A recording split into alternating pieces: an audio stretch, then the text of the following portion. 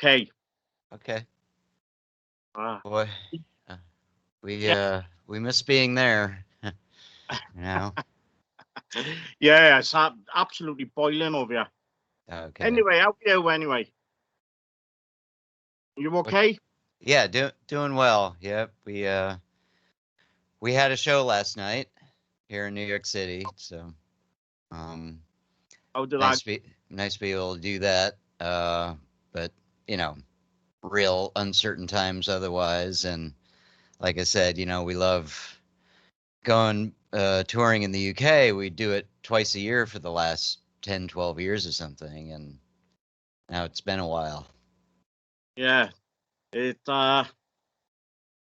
it's been a while for a lot of people, and it's coming to an end now. So Yeah. hopefully, there's going to be more concerts starting up very, very soon. Yeah. So, Yeah. starting from the beginning and all that, how did what sort of music did you get grow up listening to, and what got you into becoming a artist? Well, the first album I ever had, I was a little kid, and my parents bought me Elvis's Golden Hits. It was a double album of all his top 10 singles, I think, from the 50s. And I really got into that, really got into the Beatles. And so my dad was kind of playing like some Beatles and stuff from the 60s. And then my older sister always had like rock radio on that I would hear from across the hall. So that's what I was really exposed to initially. And I started playing music, like played violin when I started playing violin when I was 4 years old. Um, and then played piano and saxophone, and then hit puberty and started playing guitar. And I was like, oh yes, this is what I need to be doing. And then really got into punk rock, like kind of politically, socially minded punk rock. Like the And Sex Pistols, eh? What's Like that? the Sex Pistols. No, much more like American stuff. That was like Dead Kennedys, Yeah, Bad Brains. Um, yeah, it was that kind of era, and getting into metal too. But metal was so like it was so funny then because like in a way there was this big crossover between uh, hardcore punk and metal, and yeah, then in a way they were polar opposites. Like, um, you know, uh, metal then there's so much like hair and makeup and like being very glamorous, and like so much punk rock was just the opposite of that, just like keep yeah, it real. um and I was most of my friends as a teenager were punk rockers, and I kind of had this secret love for metal happening. I'd go get like a Motley Crue album and stuff like that, and just be like, man, this rules. Um, but got into everything, and I think that most musicians, that's how they are. They kind of love everything, but then you kind of find your yeah, place in music and pursue that. yeah. Well, since I've been doing this, the my range of music goes from, good God, from dance music all the way through to like Cannibal Corpse. Yeah.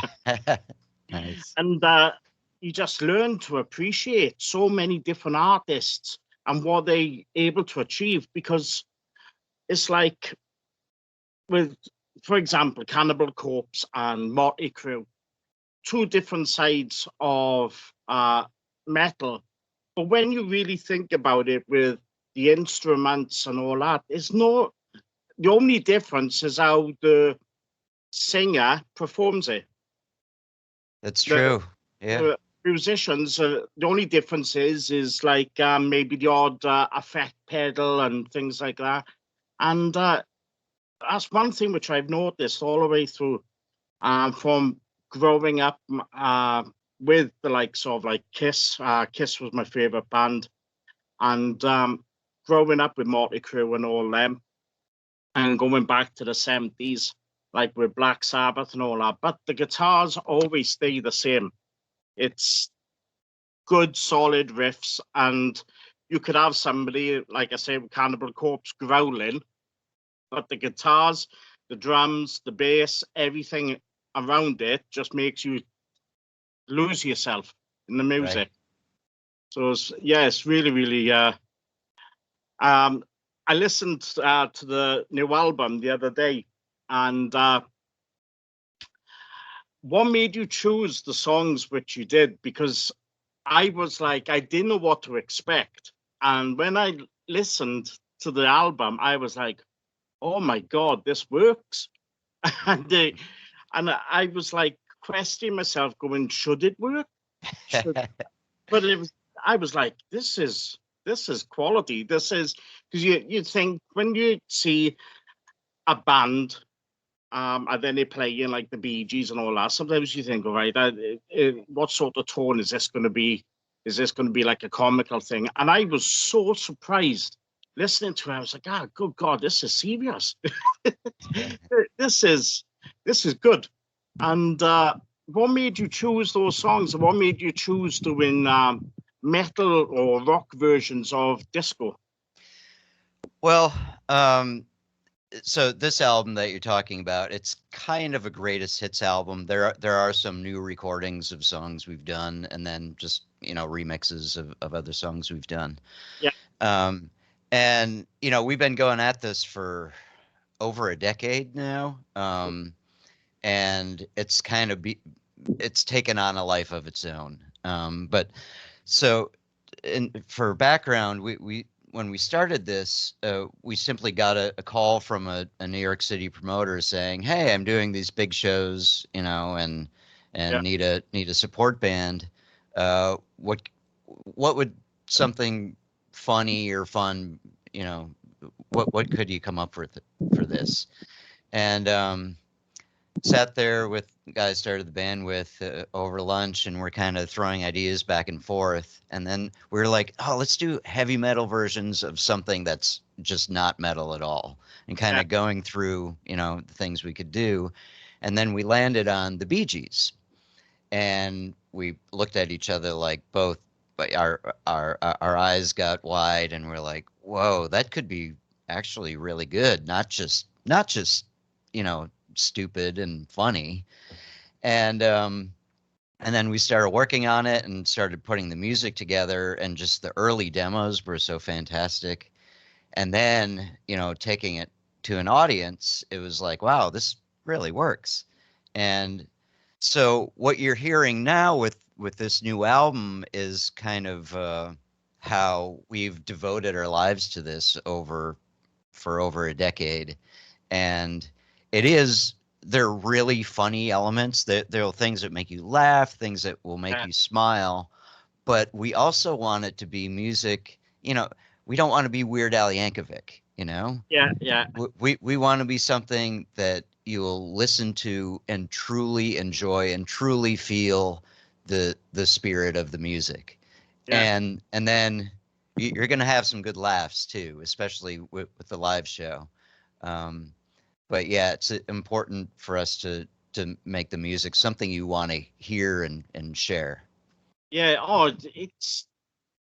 I was blown away because when I was in the army, we had I think we used to have like what you would call CSE shows, and what it was you'd have artists and all that which would come and perform for the soldiers, and we had ABBA's number one tribute band, which is Mm. Beyond Again, and they were up there doing all the ABBA songs and all that, and it was really really good. And then halfway through it, the two girls went off stage, and the two guys which were with them just said, "Oh, come on, let's change it up a tiny bit." And they played "Paranoid" by Black Sabbath, and I was like, "This," and I was even. I was like, yes, yes. And I couldn't believe, like, because this was a serious tribute band, and then them going, so for them and for everyone which was watching, was that, oh, let's do something silly. And I was like, this is brilliant. And what you're doing is exactly the same, just the opposite, And it's Yeah. like, uh, when I first listened to the album the other day, it took me all the way back to that time with Born Again, because it was like, yeah, this was a disco band playing an heavy metal song, their style.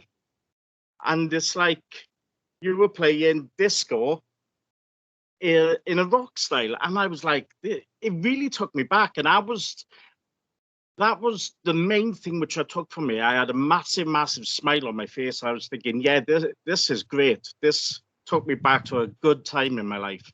And so I got to thank you for that, because it's like no other artist has done that. But Yeah. your album did. It took me back. Wow, So that's very cool. Thanks for sharing that. yeah, it's great. Absolutely great. Um, I haven't done my review yet, but I I will be starting it very, very soon. It's a little bit too soon, I think.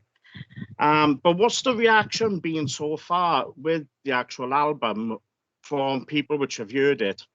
Have you had positive, mixed reviews, anything? Well, this album reviews haven't come out yet. Um, because the album drops on July 30th. So Yeah, we've been doing press interviews and stuff like yeah, that, and reviews are being written, but haven't been released just yet. Um, in the past, with their past albums, it, it's been really really well reviewed. You know, something funny that happens, and this happens to pretty much every band, is that if there's a positive review and it goes on like a, kind of a serious metal site or something like that, yeah, it's the commenters are it's just so much hate. yeah, And when we when we first as a band kind of broke through and we're getting, big press and stuff like that, we're like really kind of horrified by it. Um, yeah, and then I think by like whatever it was, I don't even remember if it was show reviews or album reviews.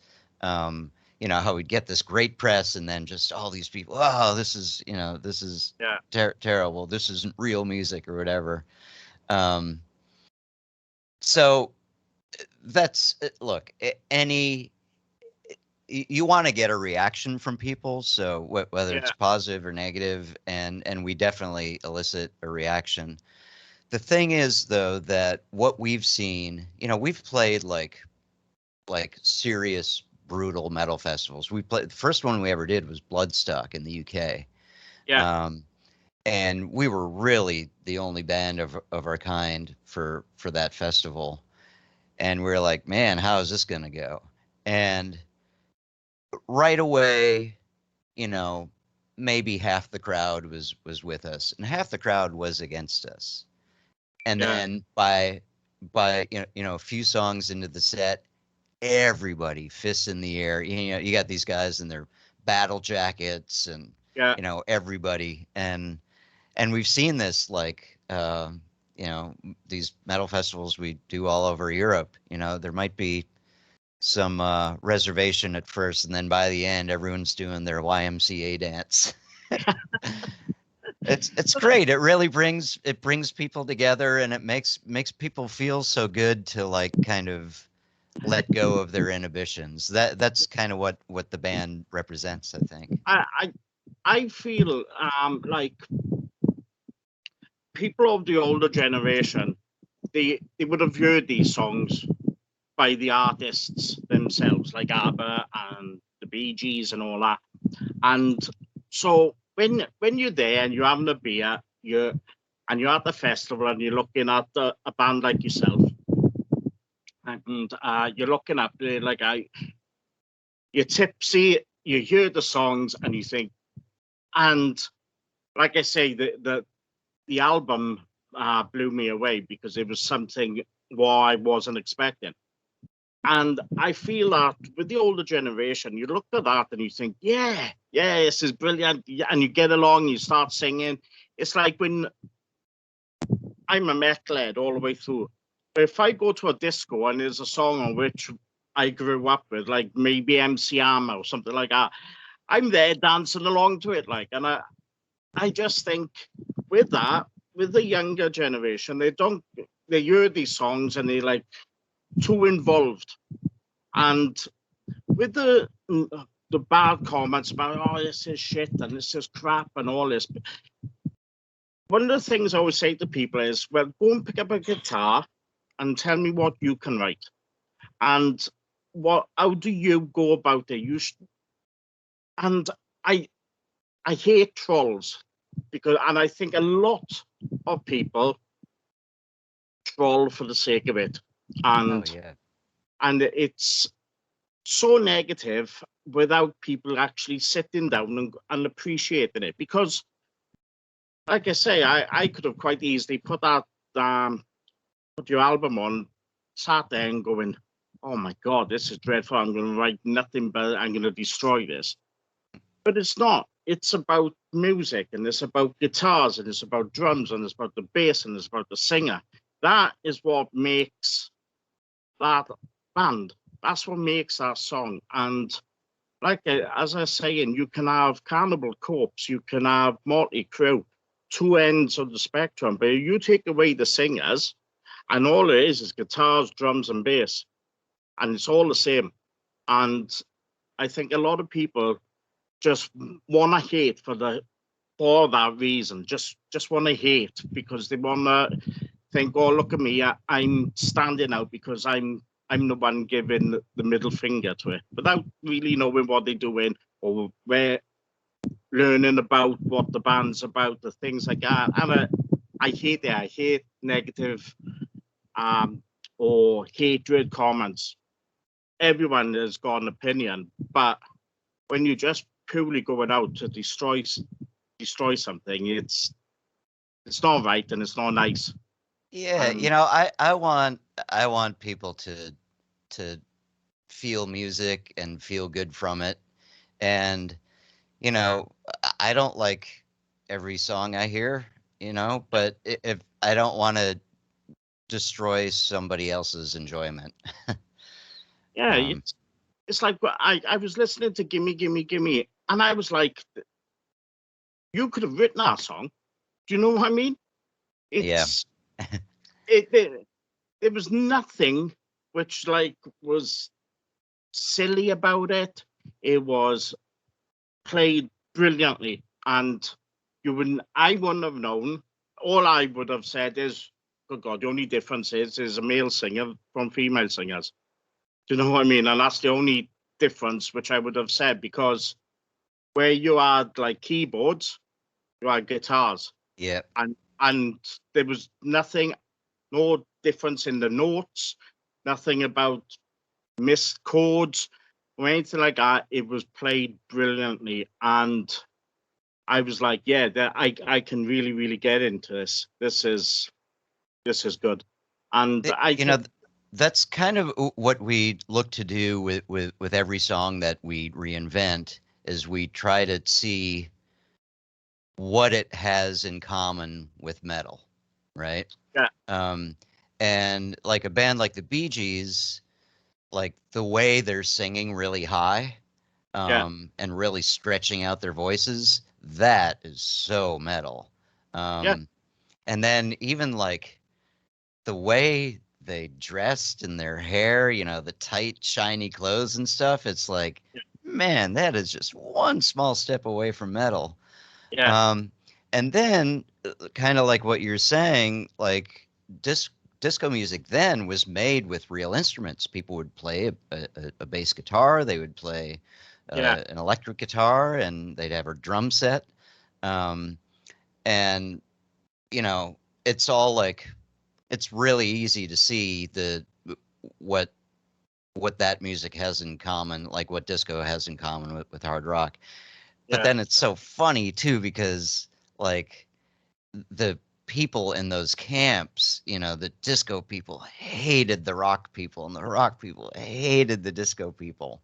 yeah, And disco was so popular and then it became just this terrible joke. And then metal, a decade later became so popular. Everything had to be big hair and everything. And then that became such a joke. So we took these two things that had these epic rises and falls and brought them together and it's great to see like people are again appreciating like hair metal and disco just on yeah. their own, but it's really fun to see like there's so many people, like so many fans of ours who are like, I'm a metalhead but I love disco. Yeah. um Perfect example is Kiss with oh god, I Was Made for Loving You. yeah, I yeah. the other day I was sat there and there was a McDonald's advert on, and they had I Was Made for Loving You in the background as the music, and I was like, oh God, oh I could get behind McDonald's now. I fancy a McDonald's. And I wanted to get a guitar out to start playing it while I was eating a Big Mac. um, with the album coming out very, very soon, have you got anything planned, like for a live stream or something on social media, or like a live stream concert? Well, we're not doing a live stream concert, but we are doing a release day event on Friday, the 30th of July, um, where we're gonna we were hoping to be on tour at that time, but Yeah. that's not happening. But so yeah, we're doing a live stream event, Facebook and YouTube, I think. Um, and going to be talking about the album and we're doing kind of a live signing event, so you can order a CD from our site and we'll sign it to you. Oh, We're hoping that we can even have like a virtual merch booth where the person we're signing for will be on screen with us. We have to amazing. work out the logistics of that. Um, the reason we're not doing a live stream is that we did a live concert video that we released it. I guess it was November of last year, and that's from a show we did in Wolverhampton on Right. our last tour of the UK, March 2020. And it was great. Had a multi-track recording, 11 camera shoot, and put together a whole concert video and a live album and everything. And we're like, we could do a live stream, but you're gonna have everyone is gonna have a better experience like with having that fully produced Yeah. uh, live concert that we did. Um. Finally, with the world opening back up, uh, you said you had a concert. Was it yesterday? Did you say? Yeah, last night we played in New York. Um. Yeah.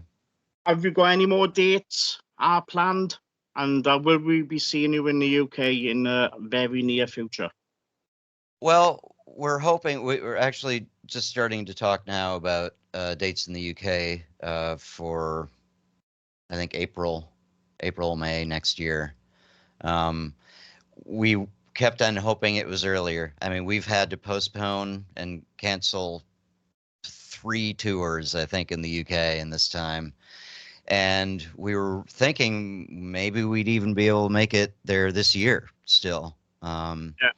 But yeah, it's still very difficult for international bands to really make some plans. But so that's why we're looking so far ahead. And yeah, hopefully next year. Well, it's been a blast speaking to you, and I wish you every success with this album. I'm certainly going to be ordering it, and I can't wait to get it. I can't wait to play it, and I can't wait to come and see you live. It's gonna. I'll be bringing a few people along with me. I'd say you gotta check this out. This is awesome. So thank you anyway for your time. It's been brilliant. Thank you. Thanks so much. Good luck with the album, and speak to you soon. All right. Take care, All buddy. right, take care.